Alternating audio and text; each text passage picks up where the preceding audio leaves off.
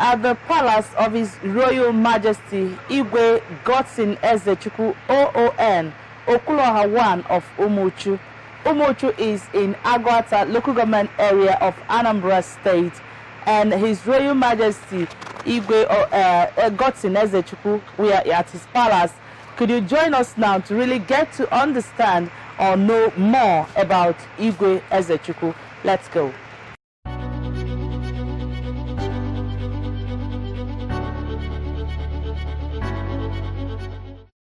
Good to have you on the program, Royalty. Today on Royalty, we are hosting a very important royalty in Anambra State. And as you know, Royalty is the time we come to bring to you royal fathers in Anambra State. And who do we have today? We have His Royal Majesty Igwe Godson Ezechukwu OON. Igwe Godson Ezechukwu is Okuloha 1 of Umuchu. Igwe, you're welcome to Royalty. Thank you. All right. So many people must have come across you, Igwe. Yes. So many people may want to know you more than they've known you. Could you let our people know who Okuloha 1 of Umuchu actually is? Tell us your biography, Igwe. Well, I grew up in this town, Umuchu. Went to secondary school at Onisha, New Better College. Went to University of Nigeria in Nsukka as a pioneer pioneer student at that university in 1960. Then came out to work for the federal government. Worked in several areas of the federal government, the Cabinet Office, Ministry of Information, Ministry of Communications, and then the Civil War. I came back to then Eastern Nigeria, later Biafra. I was posted to the Ministry of Health. From Ministry of Health, then we dispersed. During the Civil War, I became chairman of the Propaganda Directorate, the Demoka province, which is the present Anambra State. And at the end of the war, I went back to the ministry, and Ministry of Information, and went back to Britain on postgraduate scholarship of British government, studied at the University of Wales, and then I continued with my civil service and retired as a acting permanent secretary there in the Ministry of Information, and went into private practice. All right, Your Majesty, what actually interested me in what caught my attention in what you just said is being a communication officer. So in other words, your people came to you. Of course. And there's this saying that once a journalist, always a journalist. Tell us how it feels being a communication officer and whether you're still practicing, so to speak. Well, wonderful thing. I think I don't know of other professions, but if I'm asked to choose a profession, I want to choose a profession as a journalist. Because you know a lot of things, you meet with people, social, and this thing. It's not all that a sedentary job. Because of my nearness to the press, nearness to the communication agencies, I have met a cross-section of a lot of people. And it's quite very interesting. When I say, not only very enjoyable job and all this, but it's this thing that prepares you for life, a profession. Yes. Okay. Now, you traveled to do a postgraduate study under scholarship from Britain, you know, and these days, do we still have that in our society? I don't know exactly, because after the war, maybe the British government, due to guilt, because Britain has always been part of Nigeria's problem. I don't know, but at the end of the war, they gave quite a lot of people scholarship to go and do a lot of things. But in our own case, they sent us to the university. I went to the University of Wales for further studies. And what actually made you think Britain is part of Nigeria's problem? You know, Britain was, they created Nigeria. Do I have to say that? It was, the Nigerian Federation was a creation of Britain. And all along, they have always been trying to make sure that they are part of what is happening in the country and all this. Who will be in this position, who will be in that position, and all this. Like every colonial power, that's what colonial powers do everywhere. So that is my own understanding. It may not be the understanding, but from going to British university, going through the archives and all this, I noticed that in all Commonwealth or colonial British people, British government always wants to have a very major input. An upper hand. Yes, in the leadership of that country. All right, let's now come home a bit, Igwe. Yes. You are the traditional ruler of Umuchu. Could you let us know when you ascended the throne of your forefathers as the traditional ruler? Yes, this year makes it 15 years. I'm celebrating, you must see the signboard on the wall. I'm celebrating my 15th Ofala Festival and 15 years as Igwe Umuchu. Yes. So how does it feel, you know, it's having traveled far and wide, you know, your people now say come home and become a traditional ruler. How does it feel, build and custodian of a traditional authority of Umuchu people? Well, that one is another very, that is a question that needs a lot of elaboration and a lot of exploration, because what we see as traditional rulers, or what we meet on the ground, is a bit confusing with what you see in outside, to the outside world, where you have monarchies, like in Britain, or even in Nigeria, like in the north or in the west, where you have established kingdoms run by the emirs and obas and all this. It's not like that in our own section of Igbo land, because the traditional thing we are doing now is quite new. I'm the second paramount ruler of Umuchu. Before, they were ruled by kindreds and all this, age grades and all this. But to have a compact one body as paramount ruler, it's still not what it is in other districts. The methodology of our people and our own distinct, our own ancestral behaviors of the Igbo man having been under a rule for some time, except Onisha, you know, where the traditional distinct have been there for the past 500 years. It's not the Sentinels where it's not up to 50 years, up to 100. It will take time. It will take time for people to understand that any community, one day or this thing, must have a head. This thing. Do you think it constitutes a problem? What you're saying, talking about established kingdoms and ones that are not really established, just like the part of Igbo that you're talking about. Yes, I mean, but every day you see it in both in our behavior, you see it even in our actions. Every person in Igbo land, the greatest problem you have is because how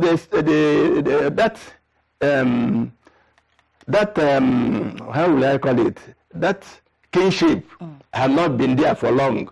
Any person who comes out today, maybe if he has money, then he wants to be something. The Igwe or the traditional ruler is no longer something to be obeyed. But it's not like that either in the north and all this. You can see the northern multi-billionaires. When they see them, they bow down and all this. Will you do it here?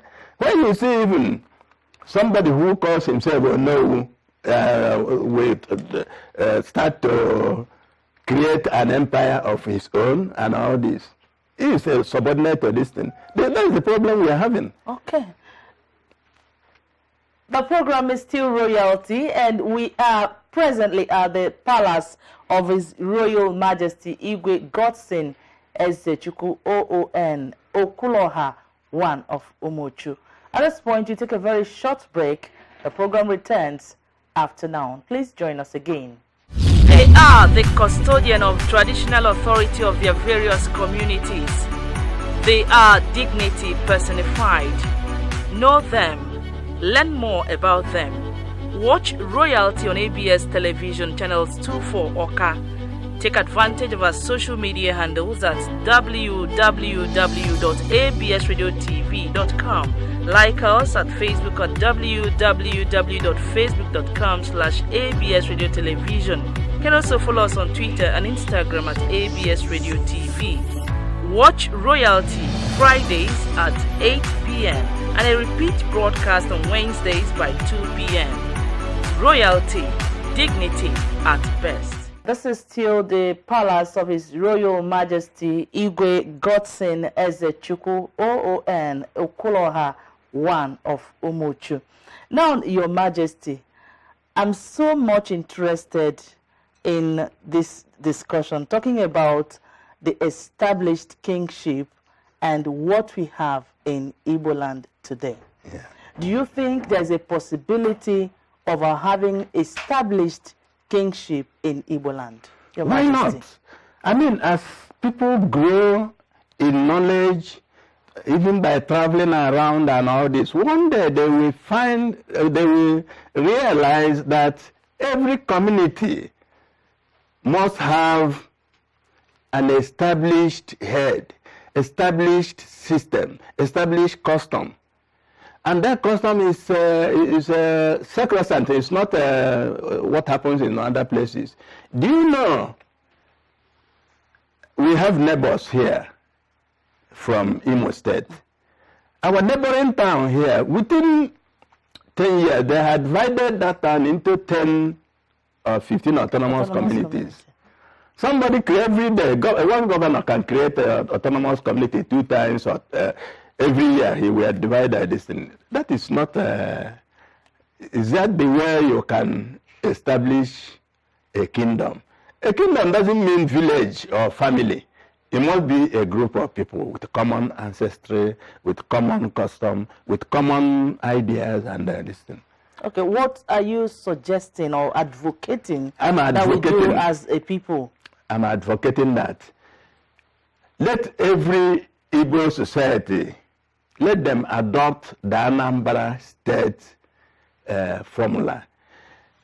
The 177 communities we have here, where the communities that were, the census was taken in 1910. In 1910, after USA lost this in 1900, and then it became British government, they created the towns like Umuchu or our neighbor town there, Achina. It has not been changed. It has not been, but it's like what I was talking about. Our neighboring towns, they have, some of them have been subdivided into 20, 15, 10. That is the Igbo man's avidity for power and all this without cohesion. Yes, that's a problem.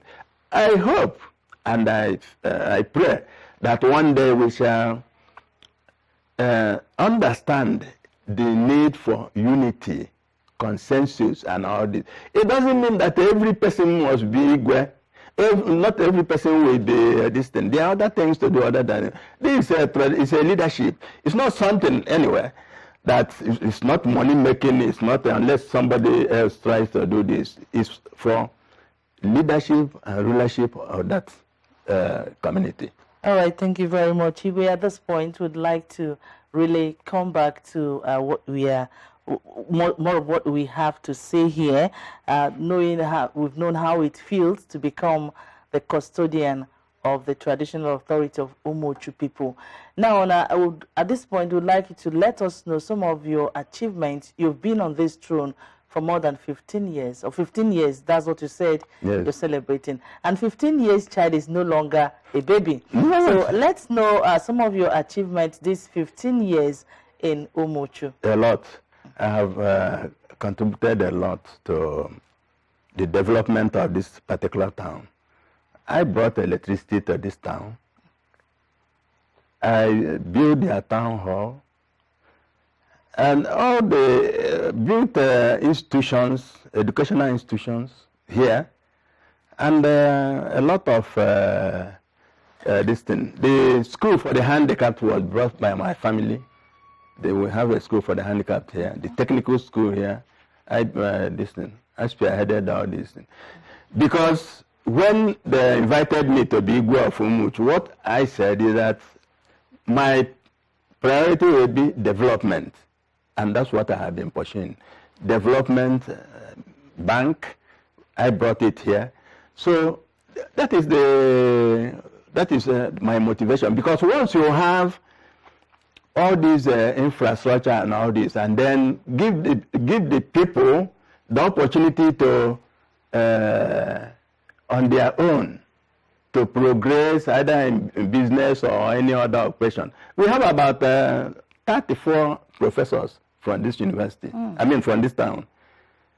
Yes, that is the motivation with this. Let's have okay, now talking about development, you will agree with me that the state government has supported communities so far in Anambra State, and recently the government of Anambra State gave out some money to communities. It says, choose what you want to build, and we support you with 20 million naira. They called it Community Choose Your Project Initiative. Yeah. Now, and government said, also went ahead to say that if you are done with the first phase, we are ready to give out the second phase. Yeah. Could you let us know some of the things when it comes to development that Umuchu community have used the money to, to put up? Thank you. This is a very good question.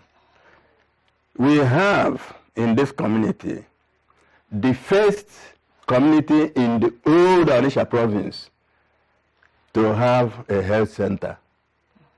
That health center is now elevated to a general hospital. But being a general hospital, they had no staff quarters. That is where doctors will stay and all that. Because if you have a resident doctors, if you don't have resident doctors, so many things can happen. So the Umuchu people, they decided to first of all build doctors' quarters, the first phase and the second phase of this 20 million this thing. The government had been coming to this thing. That's what the community decided. Maybe in the third phase they will choose another thing, that depending on the community what they will choose. But this hospital was a very, very important, to the community. Yes, and emotive, because if you will remember, thank God to Willie Obayano at Bokodike. We had a terrible accident in this town, in a section of Umuchu called Ibu, where a trailer failed brake and then killed about 13 people. So these people were, while they were taking them to the hospital at the center of the town, some of them died. But there is a hospital there. This general hospital I'm talking about. It's just a stone throw for where this accident happened. But the accident happened in the night. And there was no doctor and all this. So the community decided the most important thing, let's have a doctor of this thing, a resident doctor, a resident whatever at that place. That's why they chose to have at least have two quarters. So no person can, if they have a doctor there, you know that there is a doctor, whatever they are doing. All right, it's been great having you on the program Royalty.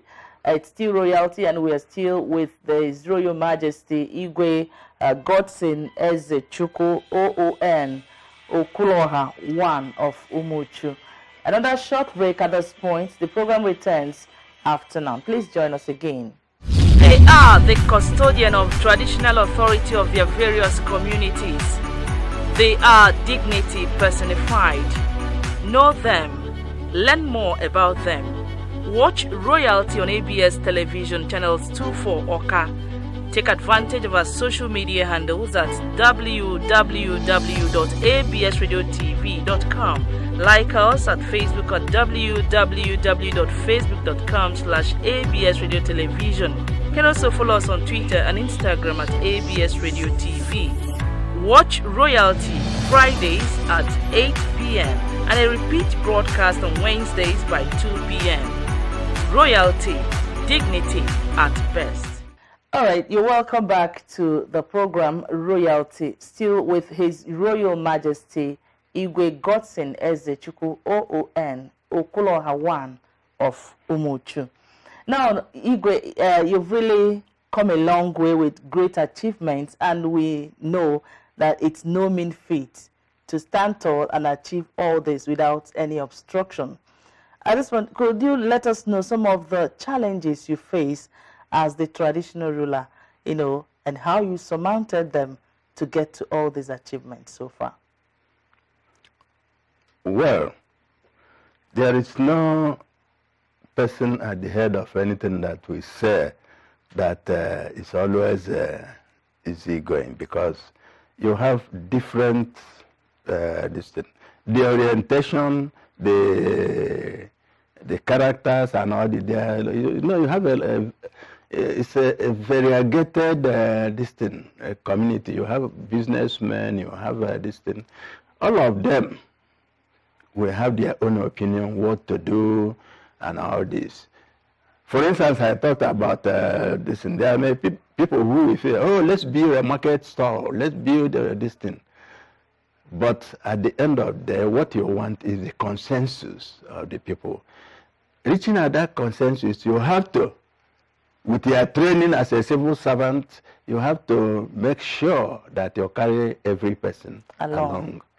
Once you carry, not that you will be 200% successful, but we are very happy, and can I say it, that we are very lucky in Anambra State to have a young man like Willie Obiano as the governor of Anambra State.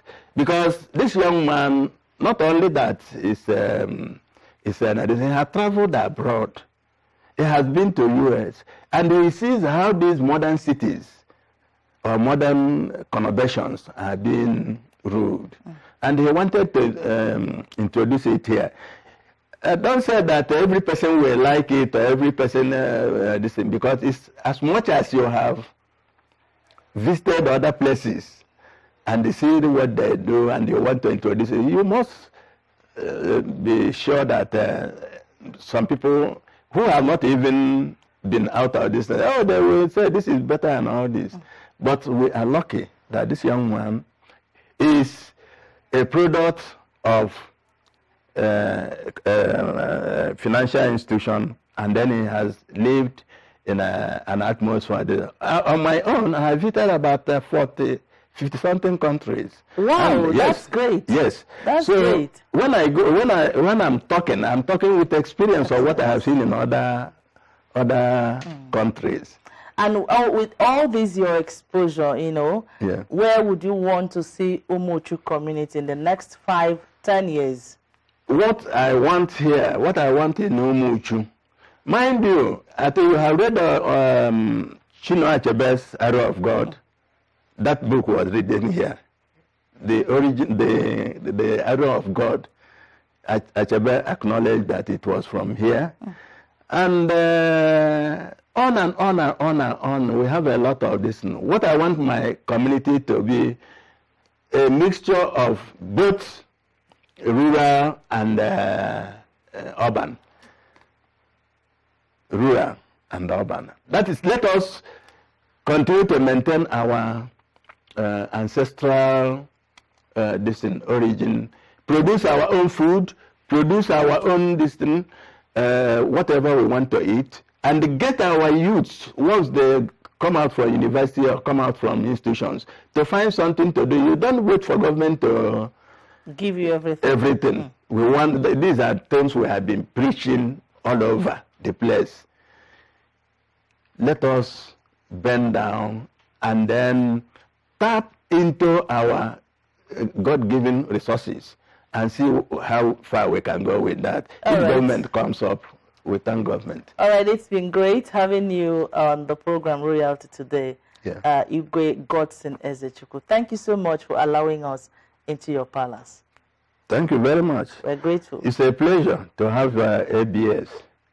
Yes, when at when it was ECBS, I was a director in ECBS. Oh wow, that's great. Yes, so you are back to one of our own. Yes.